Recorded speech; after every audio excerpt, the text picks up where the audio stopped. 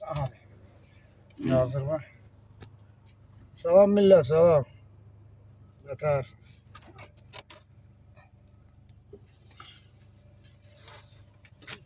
Bezin tökürük, əylənmişik.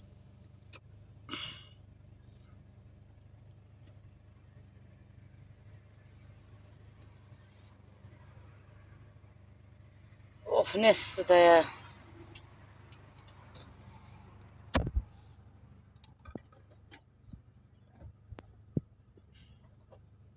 Canlı verəm alsın.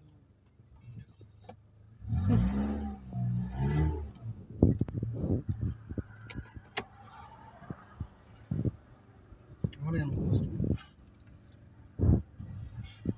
Sən hələ hava alacaq.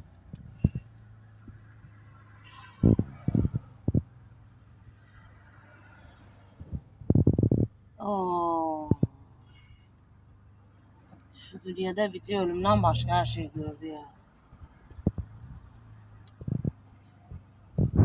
Onu da Allah saklasın bizi.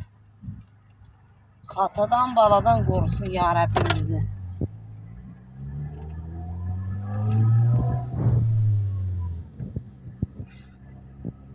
Günümüzü saatımın saniyeler görək nə bod işləyirlər.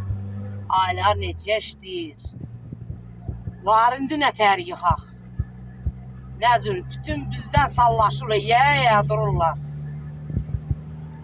Artıq tutarlıq yemək.